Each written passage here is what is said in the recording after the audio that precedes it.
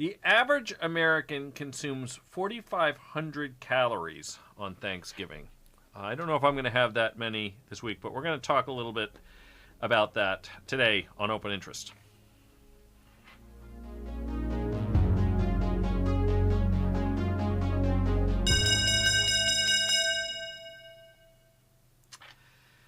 So, this is a week for a lot of eating. And about a week ago, or maybe a little bit more, I mentioned that I had a holiday shopping list of stocks. And as I was going through that longer list to think about the ones that we might talk about this week, two names came to mind. One was Planet Fitness, and the other was Amazon. Friday is Black Friday. Then we've got Cyber Monday. That certainly had me thinking about Amazon. And then, of course, the fact that we tend to overindulge on Thanksgiving actually had me thinking about Planet Fitness. Better to think about it now than perhaps once everyone's sort of figuring out their New Year's resolutions. So I thought we might take a look at Planet Fitness first, and then Amazon, and then we'll take some of your questions. So I have right here a chart of Planet Fitness. This thing has bounced around for most of the year, and actually I just want to make sure I'm pulling this up so that I can see what you guys can see. So there we go. All right.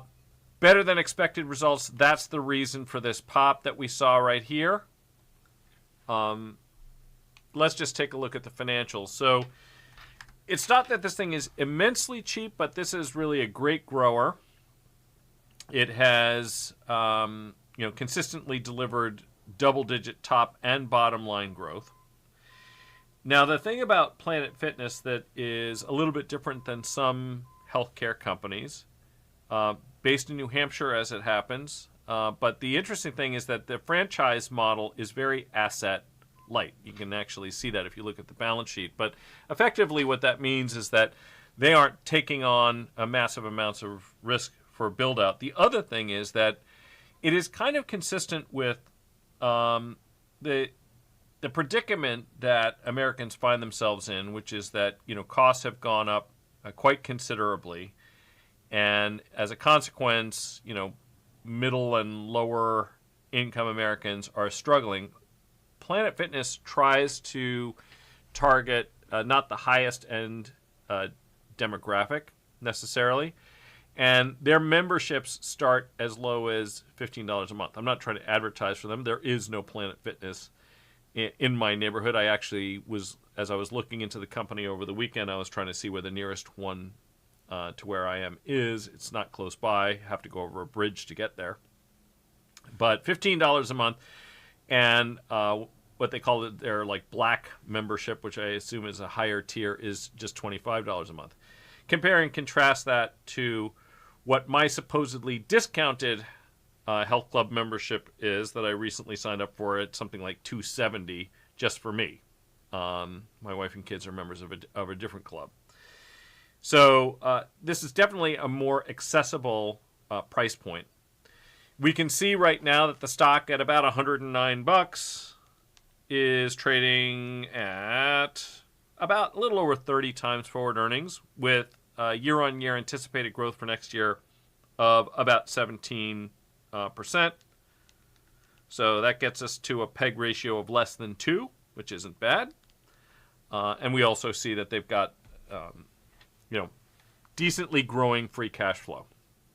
Now, the challenge, of course, when you look at this and you say, okay, and on top of that, it is now above its 50 and its 200-day moving average. So reasonable valuation, in a good spot, presumably offering a needed service at an affordable price with an asset-light balance sheet. All of this looks good.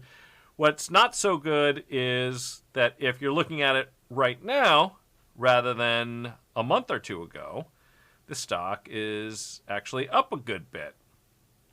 So what to do?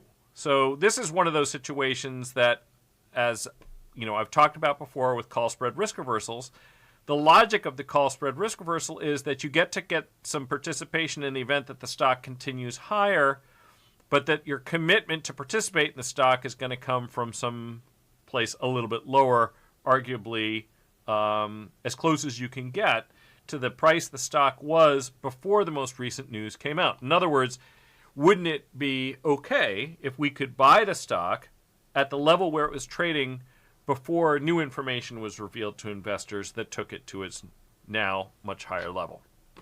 So to do that, that's when we take a look at things like call spread risk reversals, which I will construct one here. The news, as you saw, was relatively recent, so we're not going to need to go out towards the next earnings result. I'm just looking at this into January. So, and one of the reasons I'm glad that I have an opportunity to go through this too is that I think an important element in all of this is that this is one of those names where, we really need to give some thought to how we execute an order. Because now I was looking at one like this. Now, there is a standstill cost to this at the midpoint.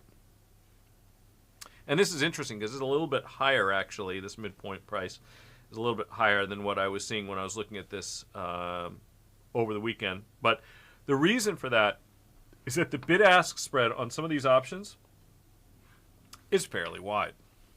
Let's see if we can show that. And I wanted to talk a little bit about, how to contend with situations like that. And what I like to do is walk those orders. So this does not have weekly options. We're just going to look out to January. Let's see where these things closed. So the 110s, well, those are 60 cents wide. That's not terrible. 120s are 75 cents wide. Again, that's not terrible. And these are about $1 wide. That's not great. Certainly if you have an option that's $1.50 in price and the spread is, we'll call it 60% of the value of the option, that's not great. So what you do, actually, in a case like this is find that midpoint.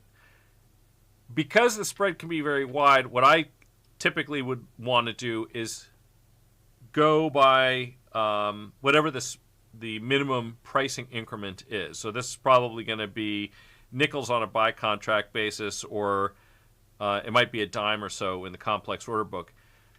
Find that midpoint and then start slightly below the midpoint, and then walk the limit order up through time. So what would that be in this case? 162 is the midpoint, so maybe we say 160. We'll round down, call 160 the midpoint, start a dime below, bid $1.50, which is about in round numbers about 1.5% of the stock price. Put that order in, let it simmer for a little bit, and then walk it up by a dime, and then maybe another dime. And if you don't get a fill, then maybe come back and try it again the next day.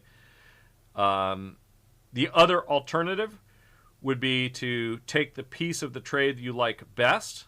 That could potentially be the short put. If you say, okay, well, I'm willing to sell the 97.5 puts at $1 and change. Maybe if you could get $1.25 or $1.30, start there. And then when that goes off, then you can then go and start legging into another piece. The important thing I would recommend is that in a situation like that, I would be more inclined to, for example, start with the short put, then move to the long call, and then move to the short call. Simply because in a name like this, I'm not really interested in getting caught out on the short side. I don't want to be naked short upside in a company of this size that's had these kinds of gaps of late. Downside being that I own the stock not far from where it was trading before all of this at a valuation I think is reasonable. So you kind of work it that way. Just leave the portions of unacceptable risk to the side by not being naked short upside calls in this. And I bring up the naked upside calls in this because the other stock that I was thinking about coming into Thanksgiving week was Amazon.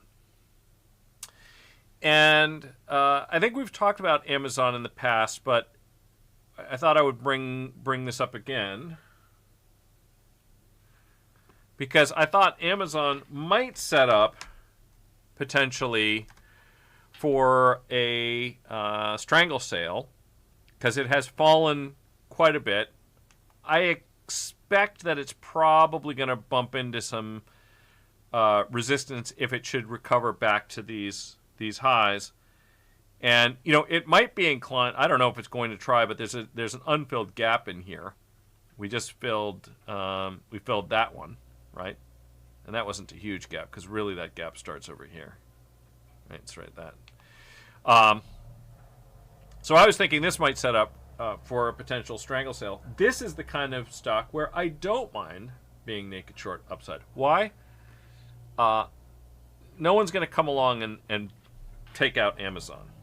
This is not I'm not saying that Planet Fitness is a takeover candidate, but there are always possibilities it could move that thing sharply higher, and that would be one of them.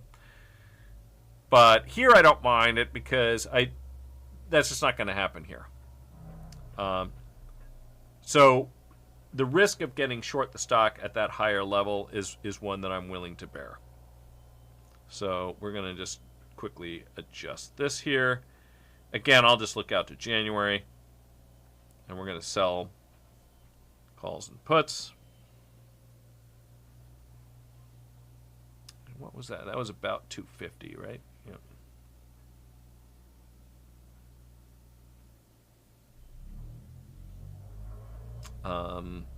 Yeah, I mean, I don't even think this is actually, quite an acceptable strangle to sell. It's obviously under a little bit of pressure. I think the chances that it breaks out to new highs by January expiration are relatively low. 574 versus 225 stock. 2.5%. And we're looking at that in 53 days. So 17.6% annualized. And the idea is we could potentially have the stock put to us at 200 net 5 and change. And I have a feeling that you're going to have an opportunity to cover one, and that's something else, by the way, right? So when you're saying to yourself, okay, when do I want to start covering a short leg in a trade like this, right? So the stock could just stop right here, nothing happens. So that I guess this is a little bit of a how to trade something like this, not just here's an idea. The way I like to look at it, and I was explaining this to somebody else recently, that you should look at how much you have in yield from an option relative to something like, for example, the risk-free rate. So, for example, if I get to a point where the 200 strike put is down to 50 cents, okay? So 50 cents relative to the strike, which is really the risk, is 25 basis points. Now, if you get to a point where the amount of premium you are collecting relative to the risk you're theoretically taking is approaching something like the risk-free rate, you have to seriously ask yourself why you would be in that trade any longer. Because one of the comments I've heard people say to me is, oh, well, isn't it true that options decay most rapidly as expiration approaches? Of course, because they're going to lose all of their extrinsic value. So if there's any, it's going to go to zero. And most options in that case are, these very, very low delta options. Most of them are going to expire worthless. But that does not mean that I ride them all the way in. Some people will refer to that as collecting nickels in front of a freight chain. I don't think of it that way because, there may be circumstances where picking up nickels is reasonable. I mean, if as long as you're not in Japan where the trains are going 300 miles an hour, if you can see clearly in both directions, maybe it's not a factor. But I am saying that there is an opportunity cost, and that opportunity cost is the risk-free rate. If you are deploying capital that could otherwise be in your money market account earning 3.5%, 4%, you should not be accepting any form of equity risk for less than the risk-free rate. That doesn't make any sense. So this is the way that I would think about monitoring these things. Depending on your brokerage platform, so I know that in Interactive Brokers this is possible, you actually can have it display the annualized rate of return that you are getting on short options premium positions that you have open. And it's just a good way to eyeball it. I find utility in that. You might also, I'm sure this is not unique to Interactive Brokers, but just monitor what you are being paid, the rate you are earning for the risk you take.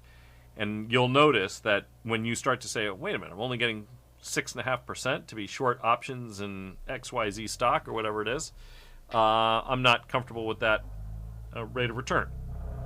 So here's another trade. I rather like it, but just something to think about in terms of time and place to close it, especially since as we're coming into the holidays. Maybe I won't be doing one of these videos or to tell you when to close it, or maybe you're going to be busy doing something else, and so you wouldn't, even if I was, you wouldn't be here to ask the question and hear the answer. Incidentally, I happen to be next week on Monday. I am going to be in Sarasota because I'm going to be speaking at the Money Show down there. So I will not be doing open mic next Monday. And on Wednesday, I do intend to, but just as a bit of warning, I think I also have a television hit at around that same time that should be very, very quick. So judging on when that falls, that we might either be starting a little late or ending a little early. But it is my intention to do open mic next Wednesday as well. Okay, so let's take a look here. Monday Morning Quarterback. Hi, Mike. Your thoughts about the possibility of strategy being excluded from the MSCI indices? When I asked Gemini about this, it flagged the risk of being booted from the NASDAQ. Yeah, so that was the big thing, the big risk that was thrown out there last week about strategy, was that they might get tossed from the indices. I'm not that concerned about it, and the reason I'm not that concerned about it is because the value of strategy at this point is largely dictated by the 650,000 Bitcoin that they own. Now, can it cause some disruption in the meantime if they did get booted out? Well, yeah, that can always happen. You could suddenly get more sellers than buyers because those products that track the indices would have to sell it. But ultimately, the value of strategy comes from two things. That is the book value, essentially. So that's the value of the underpinning Bitcoin holdings. And secondly, from their capacity and ability to raise money creatively to try to deploy that in some form of an accretion for shareholders.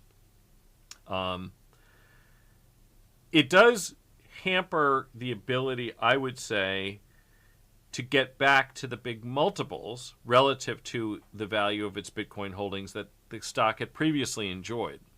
So that does hurt some of the potential upside story, I suppose.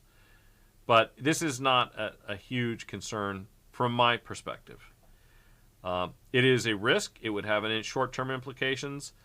And the longer-term implications is, could it trade at 2x Bitcoin thereafter? I kind of doubt it, because you lose some of, you lose basically it's not fair for me to call it dumb money, but passive investing just into the index products deploys these things pro rata. So $1 in just gets split up and just deployed to those stocks, and that's it. There's no rhyme, reason, fear, or favor. Well, there is a rhyme and reason, but there is no favor. And so that can be supportive of stocks, of course. But that does also work in reverse, though. And so it's not a huge concern of mine where strategy is concerned, it should be said. So, I don't really know what else to say about it. I actually had thought, I had mentioned this last week, that I really wanted to kind of load the boat, and I thought we would see Bitcoin maybe get down to that 74,000 and change level. I was speaking to a fund manager very shortly before we were doing this video now, and that fund manager's observation was there's a lot of people who don't care for Michael Saylor and really would like to see him fail. And one of the other things that has been punted around quite a bit lately, in addition to this issue about whether or not strategy would get kicked from the indices, was the basis of Strategy's Bitcoin holdings, which are, by the way, I don't know what they are. We can probably look at it. I think it's about 74,000 and change. So what is... Geez. See what they have this right here. That is not right.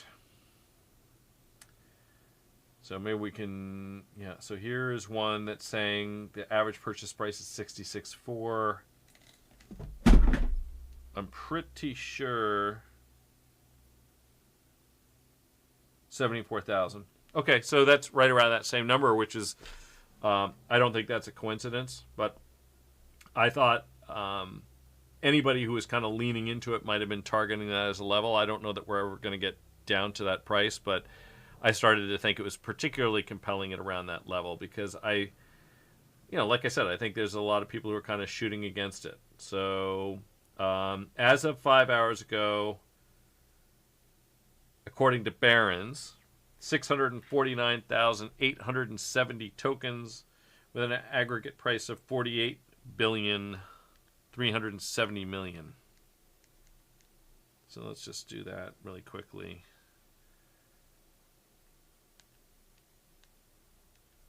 See what that works out to. That's that lower fib, 74.4. I don't know. Sometimes that's what that number works out to. So it is that lower fib is his cost basis. But I kind of thought that might be an interesting level to try to start getting long strategy because, I think the narrative was definitely, about those two things. And, he pointed out that, even if it went below this, that it's not like they're at risk. People are saying, oh, it's below his cost basis, and that's going to be the end of the world. Well, it's not necessarily because they have these 1.5% payments that they have to make are de minimis in the grand scheme of things. You should probably be thinking more about what's going to happen to Bitcoin. And, he's a smart guy. It's not like he didn't do the math. This is not existential. It's not like there's some kind of knockout that happens if they get down to that level.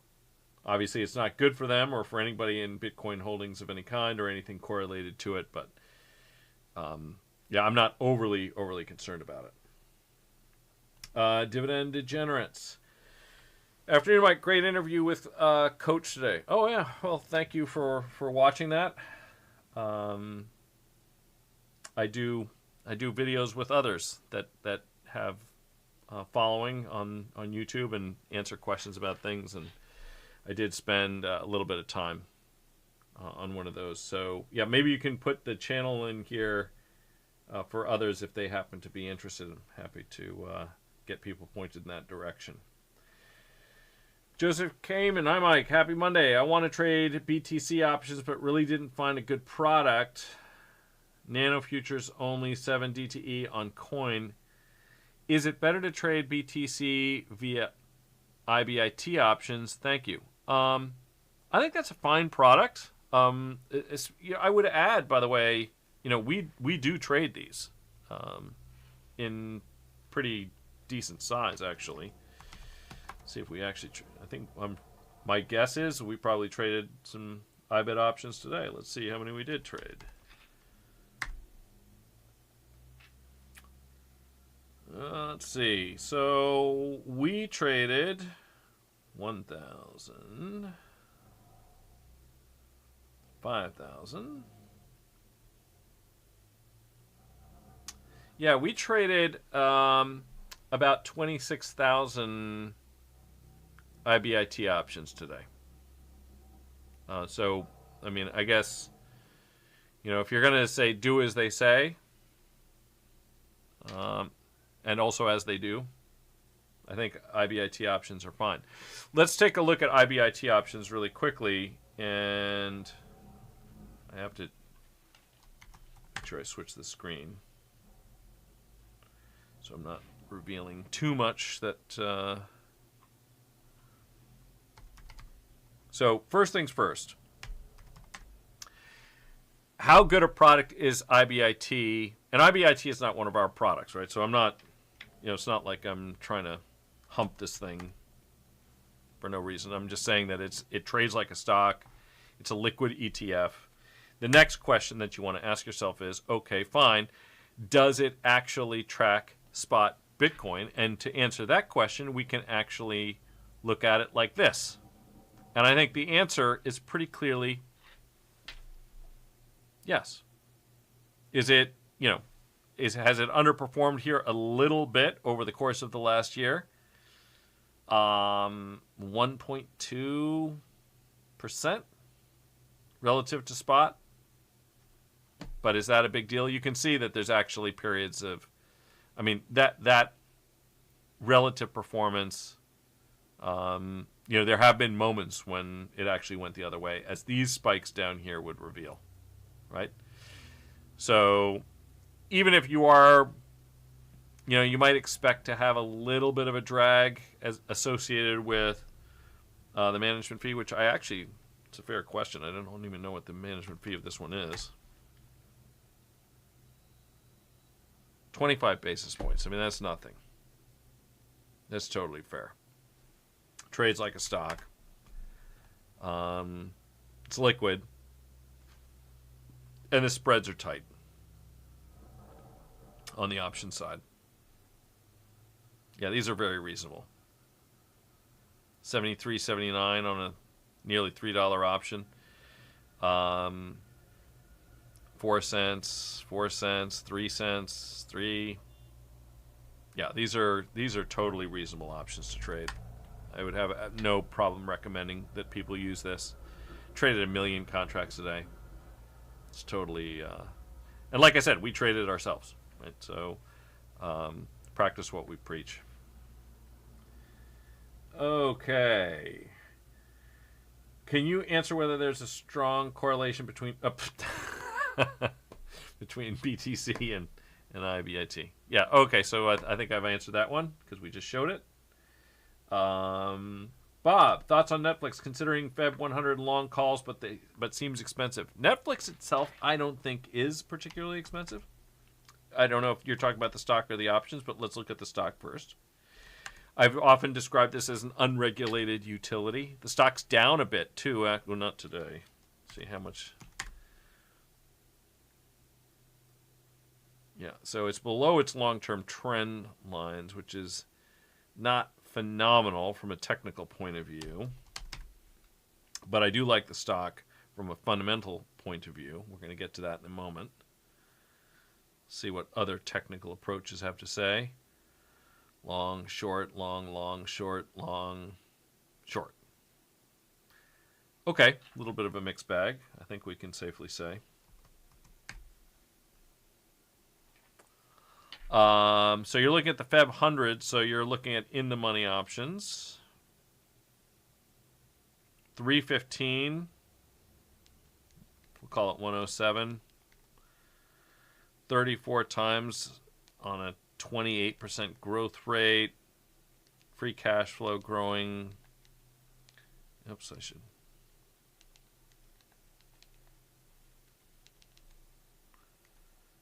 %, free cash flow growth.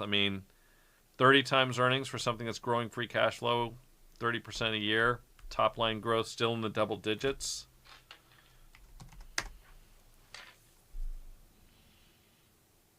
There we go.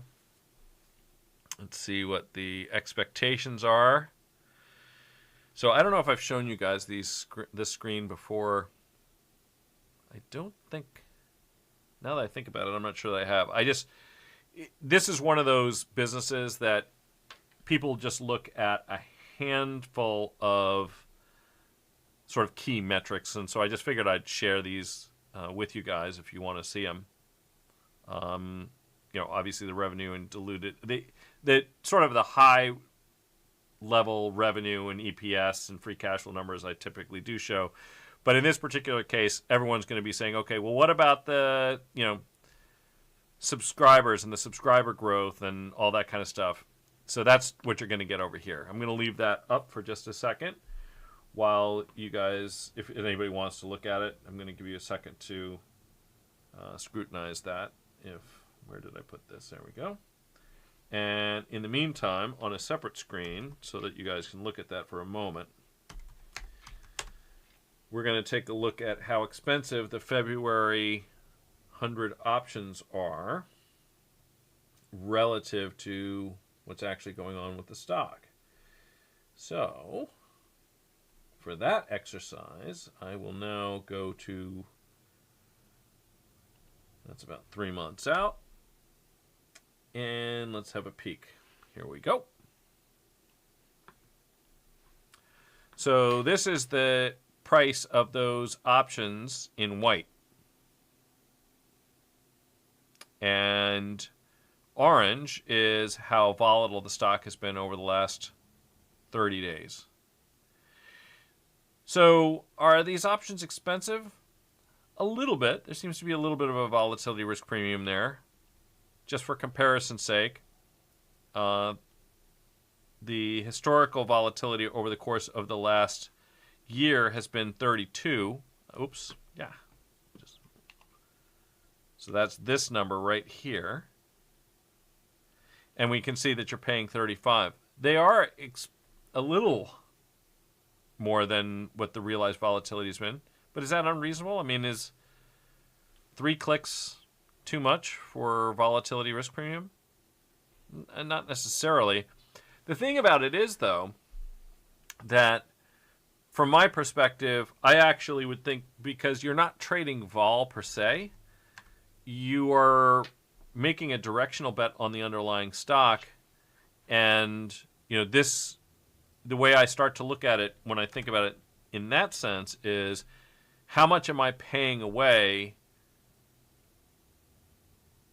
That's really not that bad. I mean, because effectively that's equivalent to buying the stock and owning these puts. Okay? So is, 4% a huge amount to spend as disaster protection? Not really. So if you're looking at this and you're saying, well, that's not what I'm seeing, because I'm looking at this and I'm saying, no. This is over $12 and it's $7 in the money, so that's really $5. Well, no, because part of what you're spending when you buy that call is the forward. And what I mean by that is that if you bought the stock for every 100 shares of it at the now split price that you purchase, you're going to have to lay out $10,700. Whereas if you buy one of these call options for, call it $1,250, that essentially means that all of the other money is going to be able to sit and earn the risk-free rate of interest. So the call option is going to embed the carry cost, that use of funds that purchasing the stock would have. So when you look at that premium, just take that out of it as a part of your calculus. And that is usually just going to be a function of, how do you do that? You take the strike, which in this case is 100. We've got 88 days to go. So 365 divided by 88. So that's basically a quarter of a year. The rate that is implied for these options is 4%. So that's 1%. 1% of 100, boy, is that math easy. So that's $1. And $1 plus the extrinsic value of the strike, which is $4, is $5. 5 plus $7 in the money gets you to 12. And there you are. So that's, I don't think those options are ludicrously expensive. Yeah, I mean, remember that $7 of that is intrinsic value, and $1 of that is the carry cost.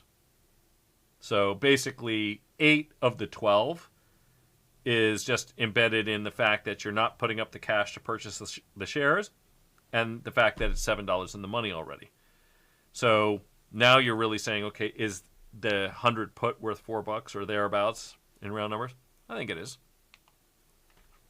I think that's totally reasonable.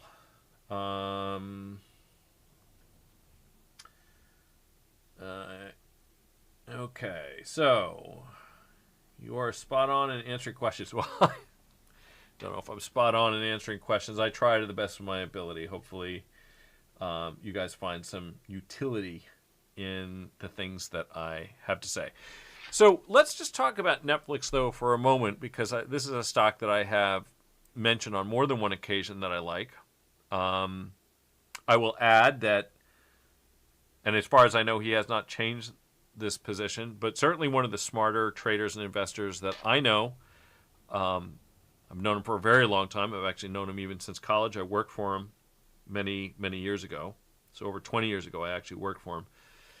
He was a fund manager. This is one of his largest positions. He retired a number of years ago.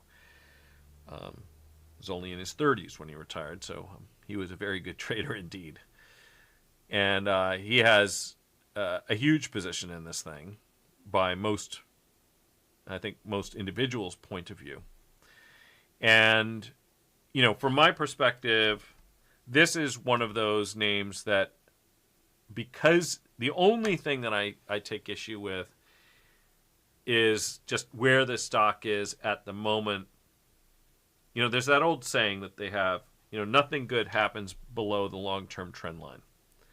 And it's just hard for me to get enthusiastic about this chart, and that's the only thing I don't like about this company. I mean, I believe they are, when it comes to streaming, it's funny because people always talk about the streaming wars. I'm thinking, streaming wars? That assumes that it's like some kind of an ongoing battle where it's even close to equally matched. It's not. The big knock on Netflix for the longest time was they were going to have to pay up for content, and now they're owning it.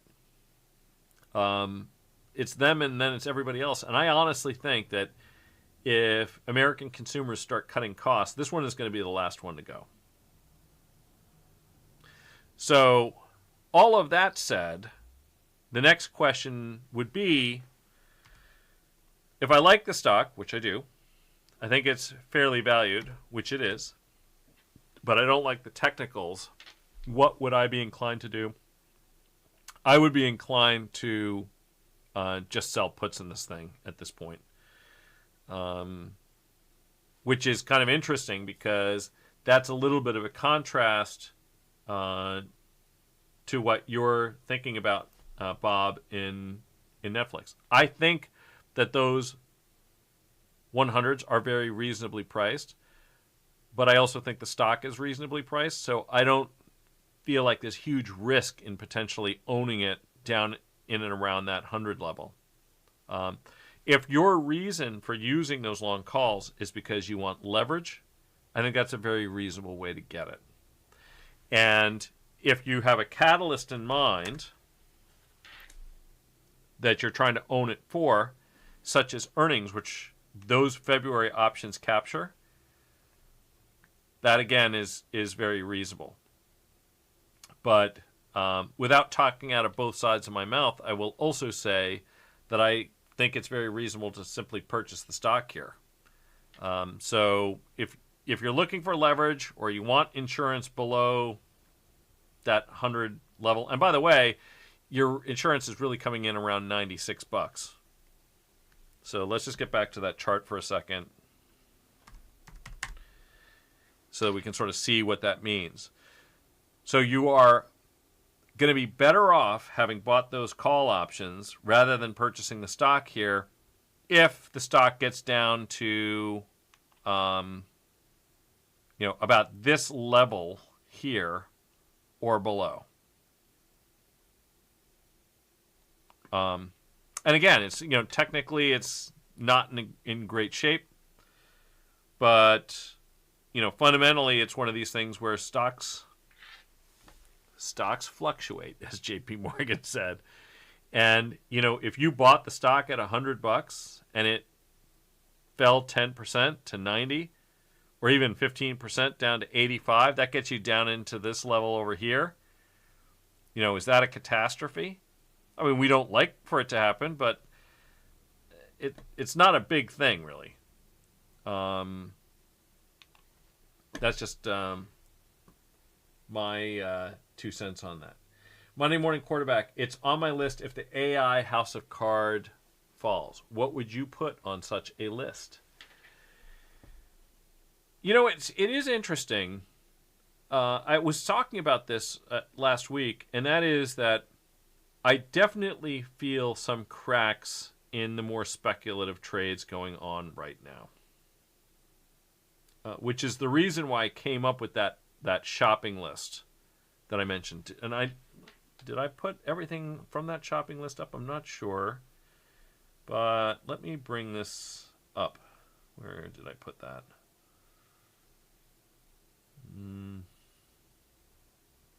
Here we are.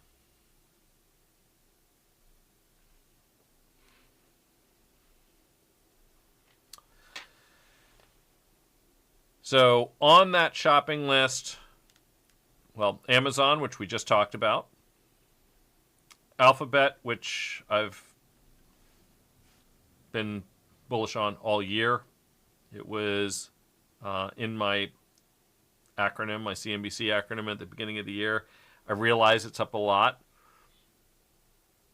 If it pulls back, it would definitely add. And bear in mind that at the beginning of the year, I thought the fundamentals were great, but they had some big overhang that has subsequently been resolved. So it deserves to be trading at a higher number now than it did. And that was the Chrome divestment, right? So there was a risk that for antitrust reasons, they were going to have to divest Chrome, which I personally thought might be a real disaster. So I'm glad to see that got resolved in their favor. So that is on the short list. Planet Fitness, we talked about that.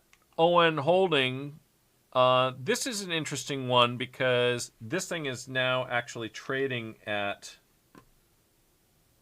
not insane multiple.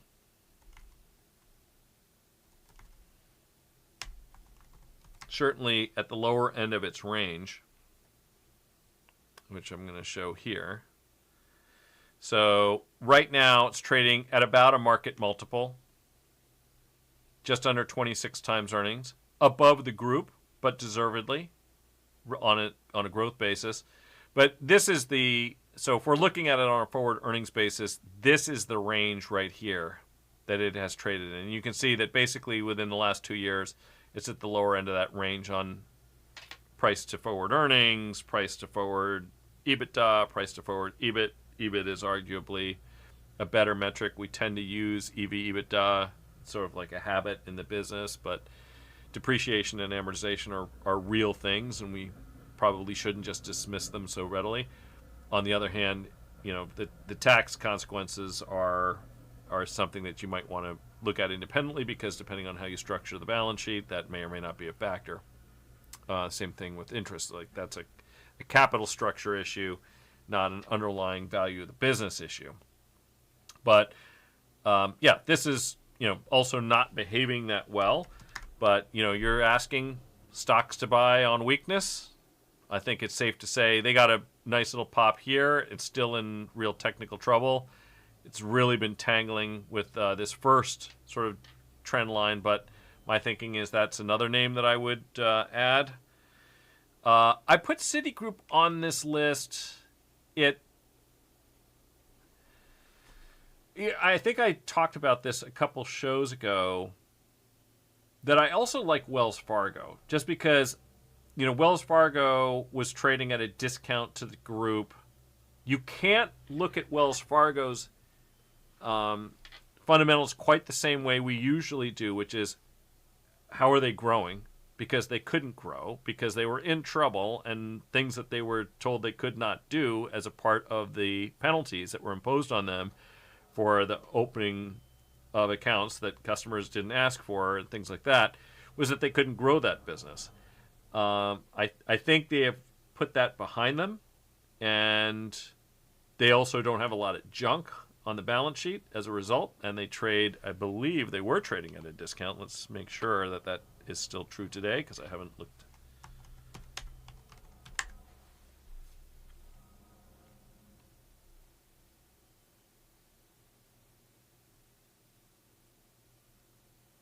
Not as much of a discount as they were. They were trading at a really handsome discount before, so it looks like people are kind of catching up on this trade idea.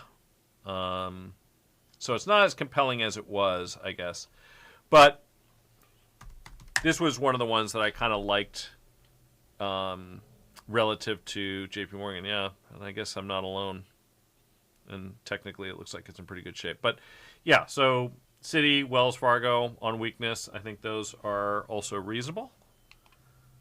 Let's see what else we got in this list that I had previously mentioned.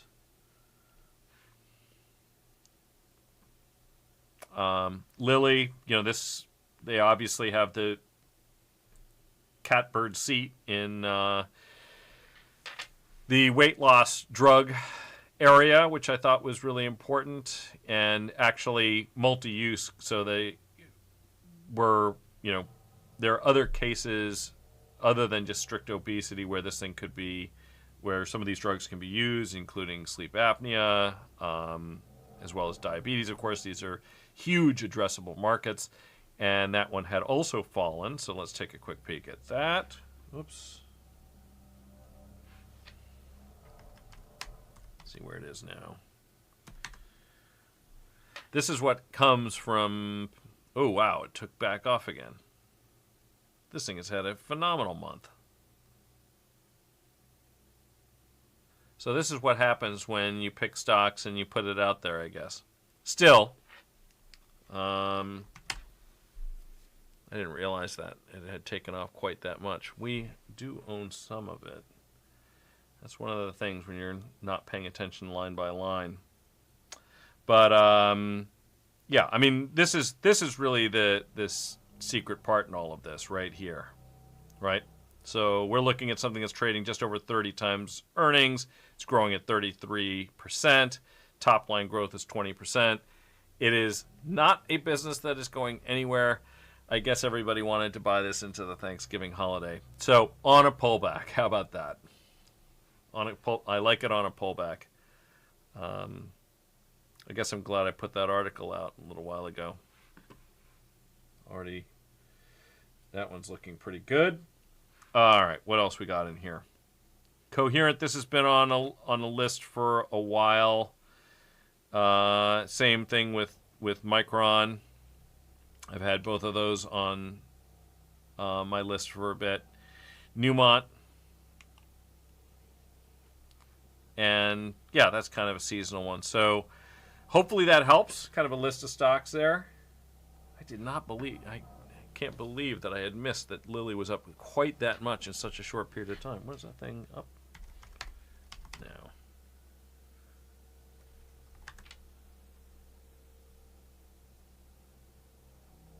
%. Wow. How much of that do we hold? I'm not sure. Anyway, on a pullback. Or sell some puts in it. I mean, it's not, even net of that big gain, it's not unreasonably priced. Again, you can use things like call spread riskies in situations like this. We always wish we could get things at the best possible price, buy them on sale if you can get them, but we don't always get the opportunity. And I would hesitate to say, gee, you shouldn't own it because the stock is up. I mean, it's not unreasonably valued even now. If someone was going to say, okay, you have to buy, a portfolio, you're going to put 40, 50 stocks in it, this would be in it.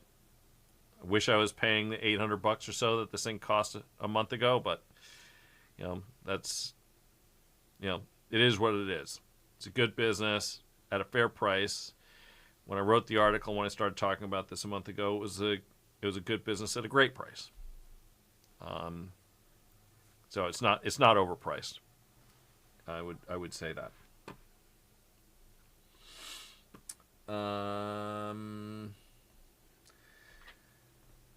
Oops.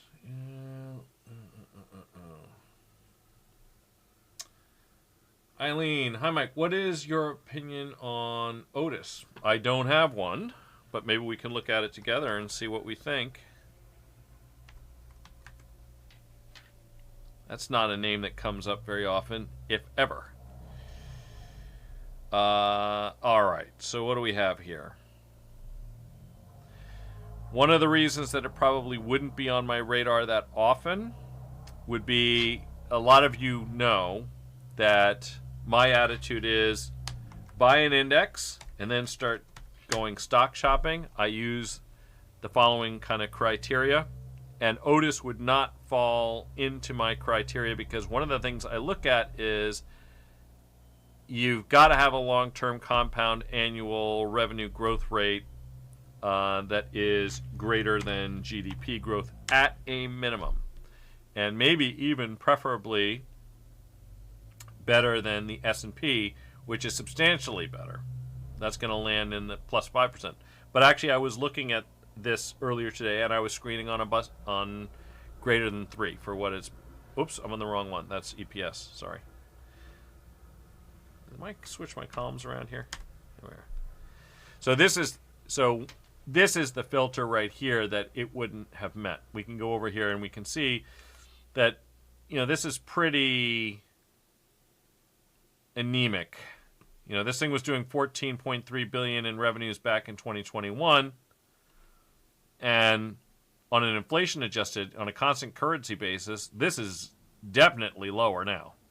So that would not show up on my radar normally. But that doesn't necessarily mean that it's not a good company or that it's not reasonably priced at its current valuation. So let's explore that a little bit.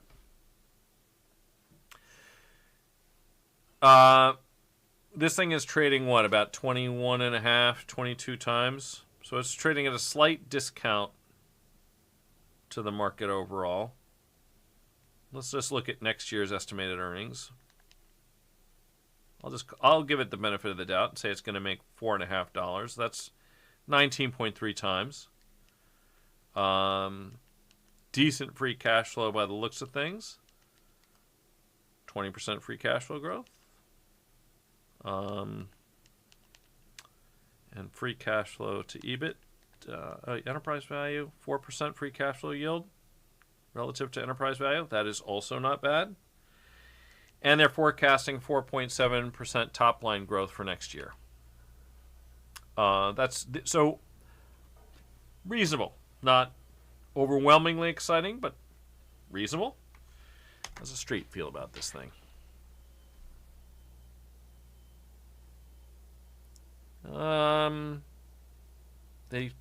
It's a big meh, I guess.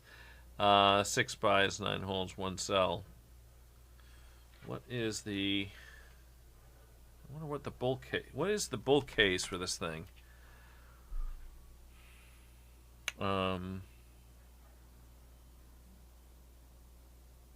Modernization. I mean, yeah, I mean it's okay. Boy, is that, I mean, how wishy-washy an answer could I give you, right? It doesn't make my buy list if you own it and if you happen to have gains in it. So this is something that's kind of important to remember too. It's at the lower end of its historical range, but part of that is probably simply because the numbers are improved. Well, actually, we're going to check that in a second.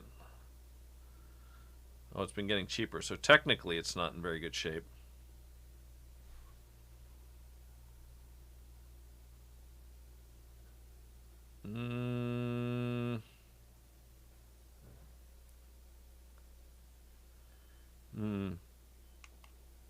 The producer just said, yeah, if they need to make AI elevators.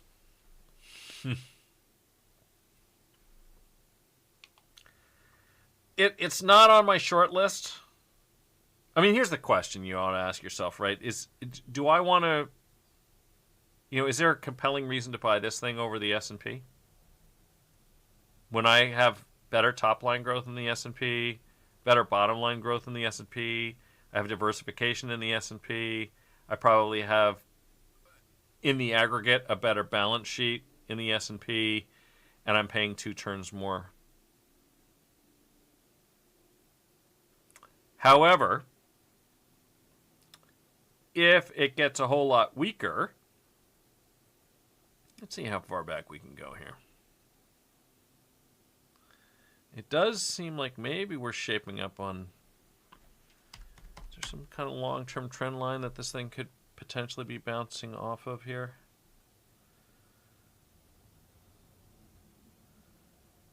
Yeah, I mean, the valuation is not terrible. I just have a hard time getting excited about investing in companies that aren't keeping pace with either the economy or the index. But it's not grossly overpriced, and the good news is the price is getting better, and I have a feeling it might get better still. How about that? All right. I mean, I don't. I'm actually curious, Eileen, how this one ended up on your radar. Is this just something that you owned? Are you screening for lower PEs? Are you one thing that some people might do is to say, okay, well, the S&P is trading 24 times. Show me every big company that's trading at a discount to that, and I'll try to buy the cheaper companies. So I'm kind of curious how you might have come up with that. It's not terrible, but it's not great. All right, Monday morning. My wife is a retired Wells Fargo exec. Couldn't wait to sell everyone her restricted stock units vested while in the penalty box. Should now keep an open mind. Yeah, so they're out of the penalty box now, which I think is a potential positive. Okay, hi Mike. Could you please share some insights on ACB? Sure. Well, let's go through the same exercise. I don't know if I have any. Oops. Eileen, I had heard about it somewhere. I wasn't screening. I figure we'll always need elevators. Yeah. Okay. Well, like I said, it's not terrible. You know what they say about the stock market? It takes the escalator up, and what does it take down? The elevator. Let's let's hope that's not the case for you. Again, it's not terrible. Not on my buy list, but I mean, we just sort of walk through it together. We can kind of see. So, Aurora Cannabis. Well, this is kind of interesting. This was not on my. Is this in Tim Seymour's ETF, I wonder? He's the one we should be asking. So, he has cannabis.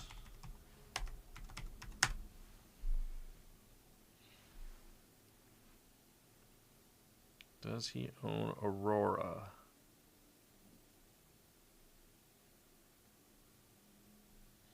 I don't see it in there. Does anyone see it? Did I miss it? Let's try this.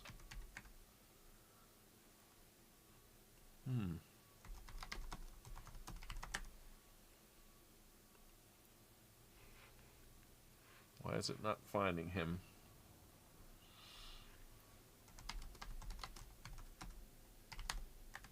I was going to ping him on. He's more of an expert on this than I am. I will say this. What is intriguing to me is that you don't generally get to buy companies that have solid top-line growth as this does in a speculative space, as this does at a valuation to forward that actually looks pretty decent. I mean, if they're able to keep that up, this wouldn't normally show up on my radar just because of the company's size. but 11 times. This one might not be bad for a little speculative long here. See if we can find a tech. Is there some kind of technical floor? Oops. Let's see here. So it obviously, this is definitely shows just the bloom is fully off the rose as far as, this was the hot trade. But now, down around, could it get down there again? I wonder.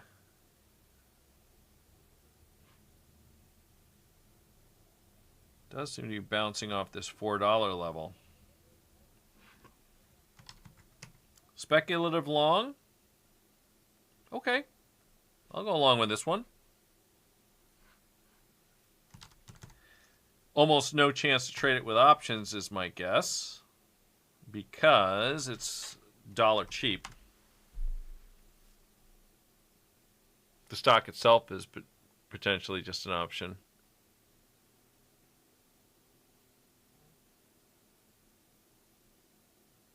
Yeah, I mean, here's one of the things that comes up when you get to these dollar cheap stocks, down around $5 or so, because typically you're going to see strikes in, 50-cent increments. Actually, in this case, in December's case, you got dollar increments. That means that the strikes are 25% of the current stock price apart from one another. And, that just makes it a little bit too difficult. But I think the stock itself is kind of an option. Although, what's interesting is that, we saw here that they are actually looking to have free cash flow. I think I saw $75 million next year, $76 million next year. They got $96 million in cash, so not a huge amount of net debt. $40 million in net debt, $76 million in anticipated free cash flow for next year, if they can fulfill that promise. All right, yeah. This is a bumpy ride, this one. Let's take a look. What's the 30-day vol in this thing? Yeah, it's implying 71% implied vol, which, to put things in perspective, so that means you're looking at 6.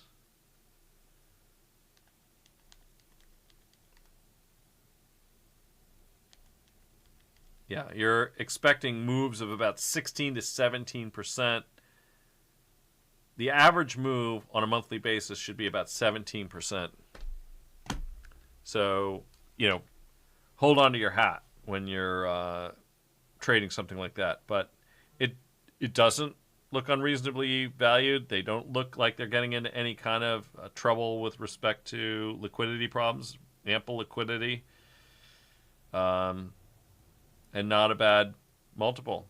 So I like it. Thanks for bringing that to our attention, or at least to mine. I might play in that one just for fun. Okay. So Eileen says, funny, I won't buy more Otis elevator unless it goes way down. That's what we like. Stock trading humor. Why not? Okay. Well, folks, I have taken up over an hour of your time today. I always appreciate it. I do plan, I think, to do a brief one of these probably on Wednesday if the producer is not in the car driving someplace. I don't know.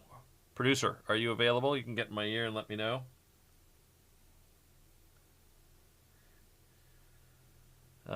So it sounds like I will still have a crack staff to make sure that this thing turns on. So maybe a kind of a lighthearted, it's going to be well after the market close on Wednesday. We'll get together and just talk shop a little bit. So until then, thank you all very much for watching, and thanks for your great questions. Really helped out, and sometimes you get me looking at stocks that I wouldn't have seen otherwise, because since I screen, that means there's a lot of good things out there to buy that I haven't thought of, and you're bringing them to my attention. So thank you for that. I'll see you soon.